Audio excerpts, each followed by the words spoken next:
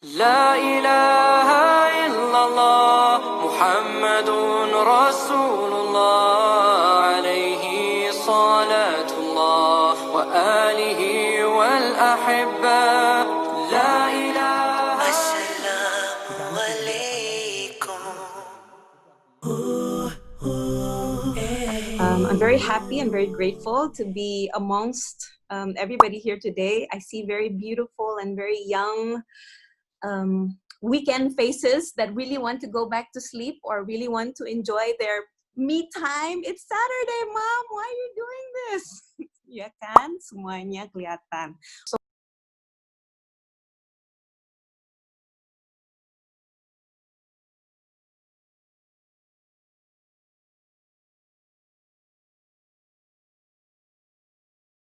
My mother was a Muslim and my father was an atheist. So my childhood was just knowing that people are different, and both my parents were different, very different. We had Christmas trees in the house, then we had Ramadan, and then we had, we celebrated all the big holidays. So it was very confusing for me as a child. So I grew up quite messy in the sense of, who am I? What is my religion? What was I born for? And what's the purpose of life? Those questions were always flying in the air for me, and I was like, okay, I really don't know, but life goes on. And eventually I became a teenager. The questions got really more apa ya, it got stronger, because you really want to know. You need to find out of who you really are as a person. So as I grew older and I went to an international school, so obviously you're going to meet more friends who are quite different, and I hung out with, of course, with the Christian kids, with the Buddhist kids, with the Hindu kids, with the Muslim kids. And in school everything was just cool like that. But still, I didn't know who I was. I couldn't understand why everything had to be different when, secara zohir means when you see physically, people are people. People are all the same.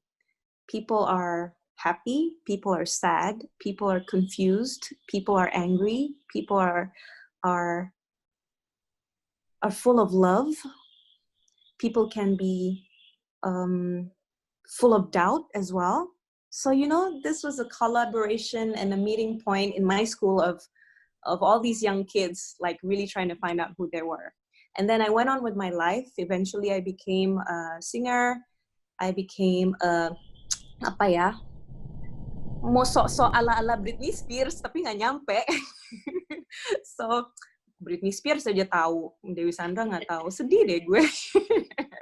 No, but I grew up really wanting to be passionate about what I enjoyed. My hobby was music. I enjoyed the entertainment business. Alhamdulillah, at that time, I felt like all my dreams came true, and I did become a singer in the end. And I thought that was what I wanted to be labeled as. I wanted to be labeled as a star, quote unquote. And, going through all those phases in my life, I finally reached a point where everything that I hoped for and everything that I had wished for were not the big things. They really weren't the big things in life.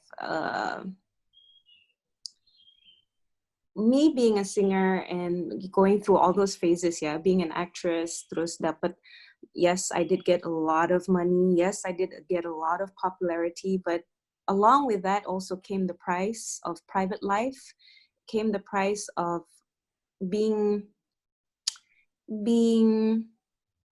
full of ego, and you're just big-headed and you feel like you can get anything in the world, and then you get messed up. So it was during those times that I thought, wow, I'm messing my life up. And I really did mess my life up. I divorced twice. I have done so many things that I'm not proud of to say, including one of those awards that you had just heard. Being the sexiest woman alive really is not something I would like to end my life with. And then when I face Allah one day, what have you done with your time? What have you done with your youth? What did you do? What did you accomplish?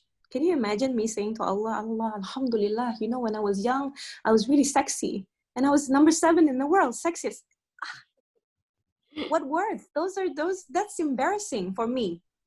It's so embarrassing now to say that that is my credibility and that is what I accomplished in this world.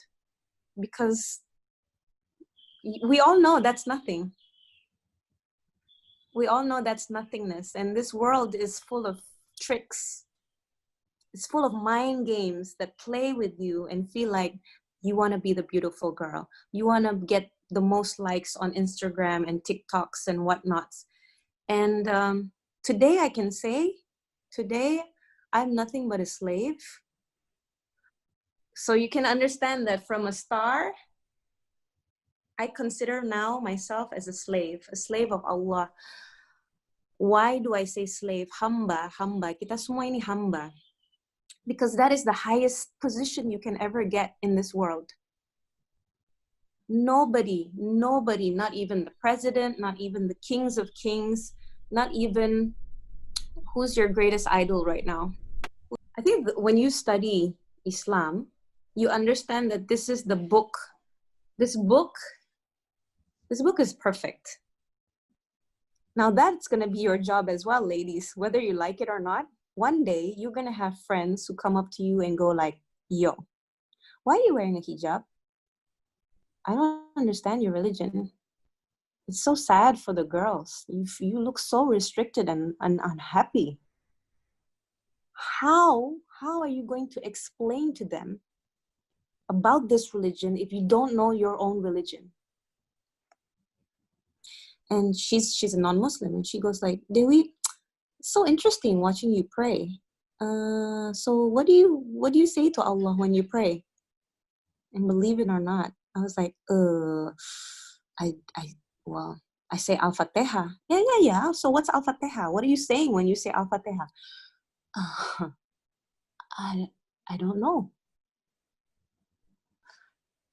You will not fall because of the hate that you receive. You will not degrade yourself to the point where you start believing people because of what they say. Because you need to understand, these people who understand life, they understand that people are always changing. We girls, we cover up. Because this is the religion trying to protect you from the world. It's Gucci. Gucci? The brand. Gucci, the brand? Come on, you have half a minute. Okay. Say something. A girl does not need Gucci to look cool. All she needs is her hijab and a smile. Boom! Awesome. Well done. Chance? Yes. Okay, Malika, you're gonna help me out, Malika. Malika, the sweet one. Malika. Have the chance to do something, don't leave it. You should take it. How old are you? He is just, how old are you, Malika? 10. I understand why you feel like, it's so hard to wear hijab, because everything you see every day, they're putting that into your mind.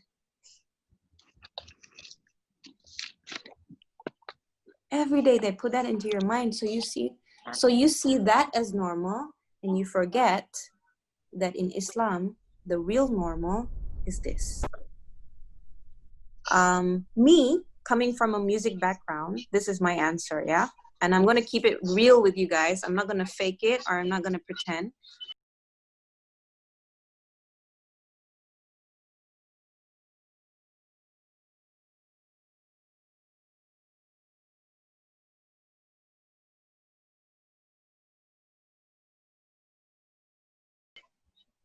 When I was singing back then, I would spend almost 16 hours in the studio.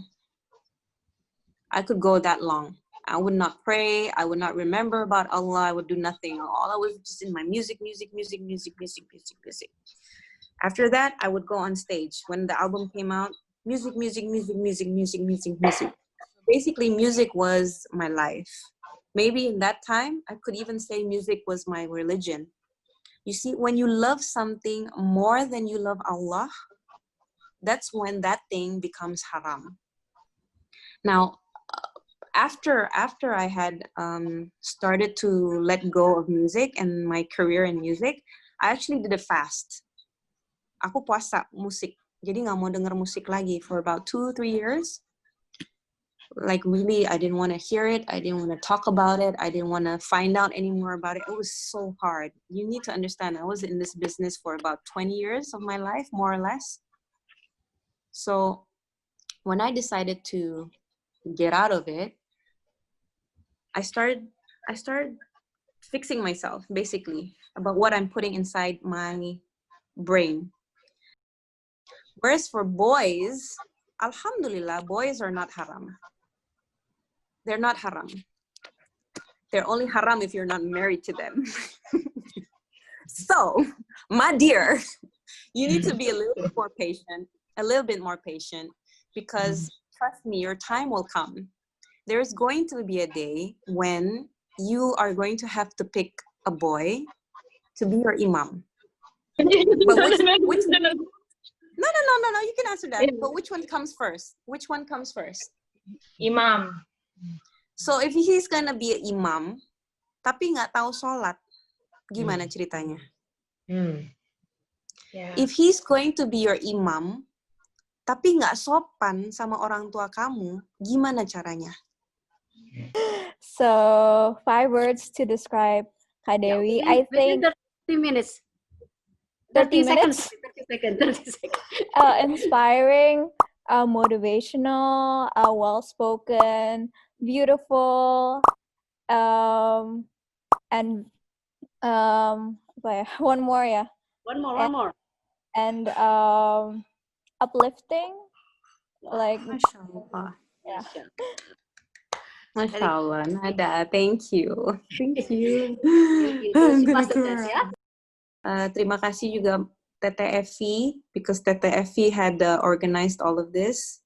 So I'm really happy to see all of you.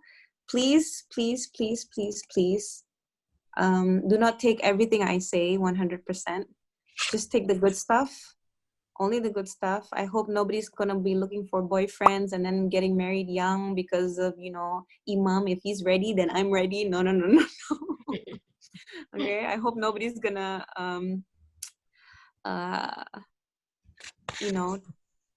try to do things that they've heard that I did in the past, because that's not where we want you to go. We really want the best of you. The reason why we were talking about my past is so that you do not fall into the same hole as I did. Getting out of the hole is really, really hard. So I pray and wish the best of you, for you, and may Allah always guide and watch over you. Please, jangan lupa doa and respect your parents, because they love you so much. لا إله إلا الله محمد رسول